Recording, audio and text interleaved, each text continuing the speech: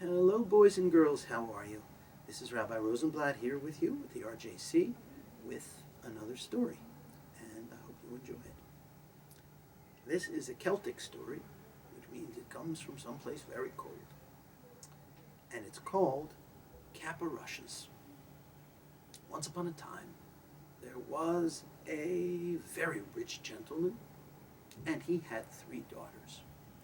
One day, he was feeling very good about himself, and he said to his daughters, "Do you love me?" And they said, "Oh, yes, Papa, we love you very much." And he said to them, "Tell me how much you love me." And the oldest daughter said, "Papa, I love you more than my own life." He said, "Thank you very much." "Number 2 daughter, do you love me?" She said, "Father, I love you more than the world." He said, "Oh, that's so nice. Thank you very much." "Number 3 daughter, do you love me?" And she said to him, "Father, I love you more than meat loves salt." He said, "Meat, salt? That's what you love me?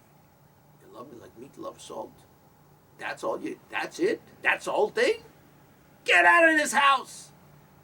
And he threw her out of the house into the cold. Well, she walked for a while until she came to a kind of a swamp called a fen, and there were bulrushes, which are like long plants growing out of the water. And she took these plants and she made for herself a little cap and a cloak. And she put these over her clothes so her clothes would not get damaged. And she walked and she walked and she walked until she was very, very tired. And she came to a house and she knocked on the door and she asked, "Would you maybe have a job for me in your house? It looks like a very big house, very grand." And he said, No, we don't have any jobs." She said, "Really, I'll do anything. I'll work in the kitchen, whatever you need. Just give me a place to sleep and a bit of bread to eat."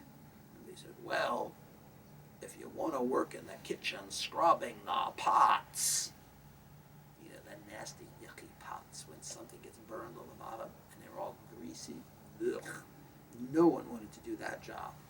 And they said, "If you want to work in the pots, then you can stay." And they gave her a little place to sleep beside the fire. And all day she scrubbed the pots and washed the dishes.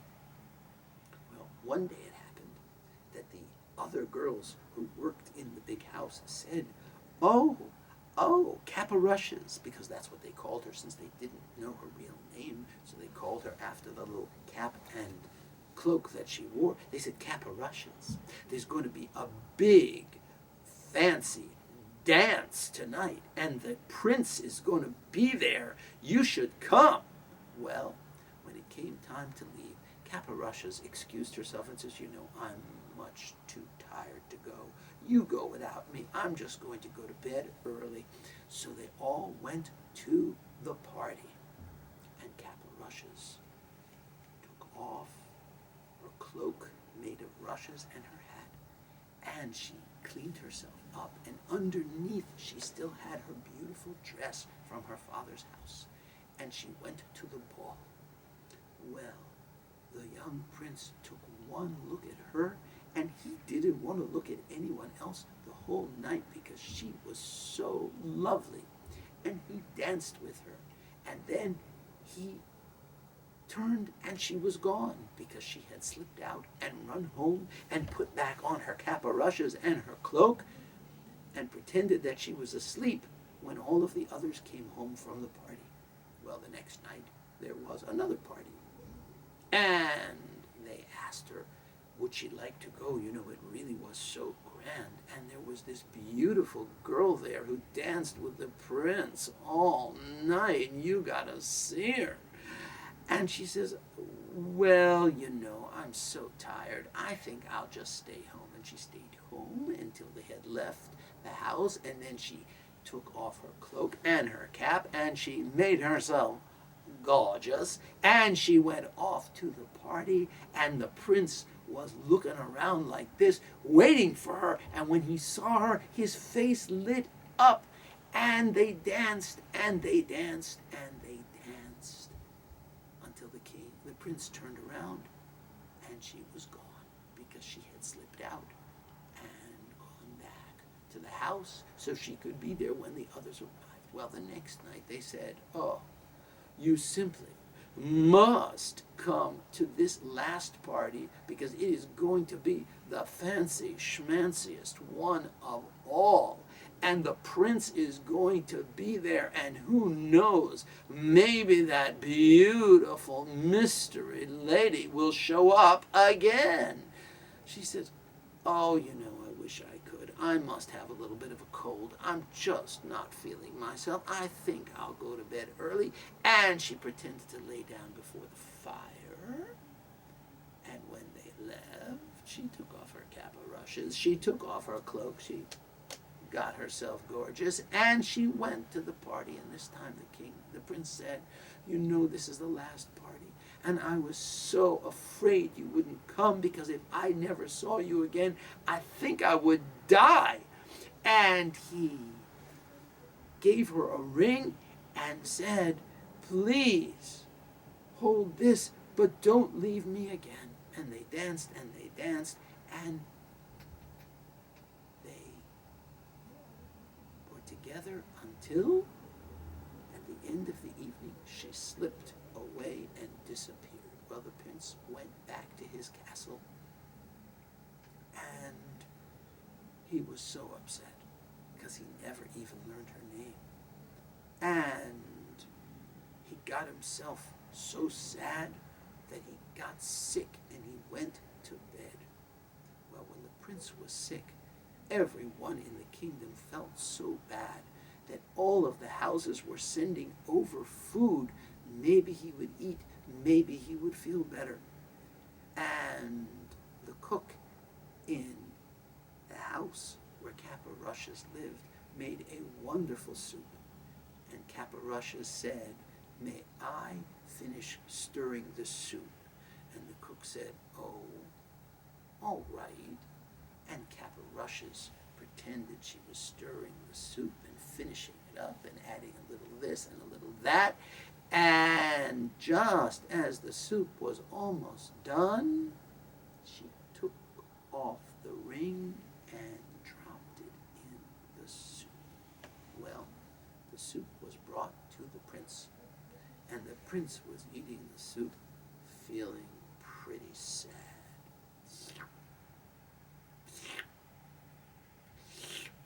And then, clink, clink, there was something in his soup. And he looked, and it was the ring. He knew this ring. It was the ring that he had given to the beautiful girl at the dance. And he called his servants, where did this soup come from? And they told him which house. And he said, who made this soup? I want to see her. And they brought over the old cook, who looked like this. And they brought the funny-looking old cook to him, and he said, did you make this soup? Yes, Highness. Is it all right? It's fine. Did anyone else help you? Oh, no, Your Highness. I did it all myself. Are you sure you won't get in trouble? If anyone helped you make this soup, I need to know. She says, well, at the end, the girl who helps me in the kitchen, Caporushes, stirred the soup. Well, said the prince, then I must see her. And Caporushes was brought before the king, before the prince. And as she came in, she took off her hat and set aside her cloak.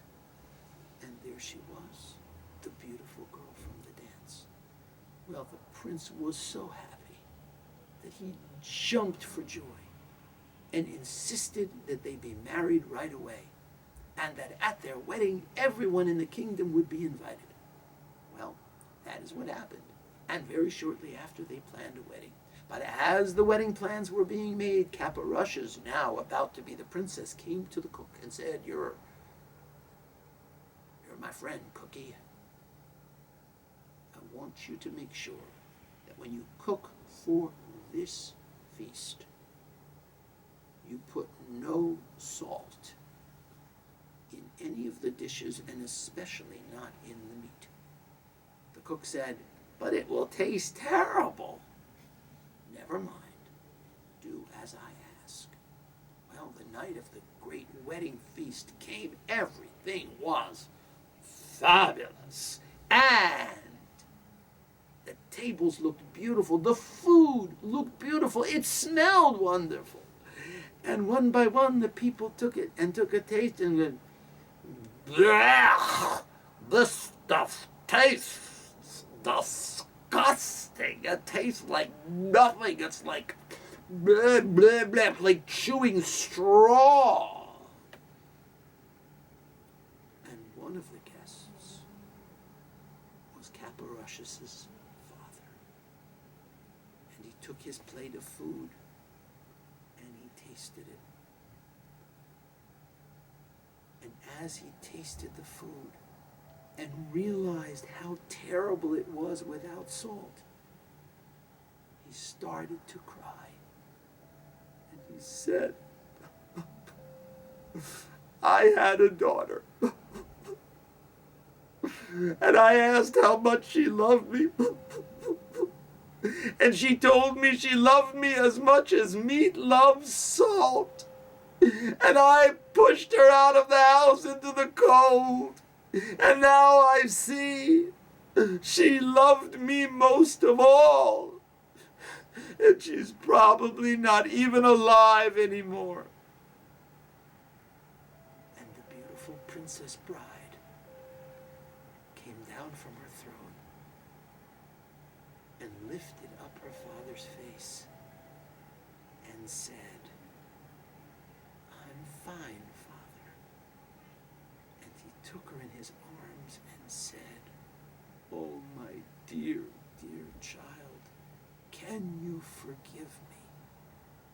For you are the one who loved me most of all.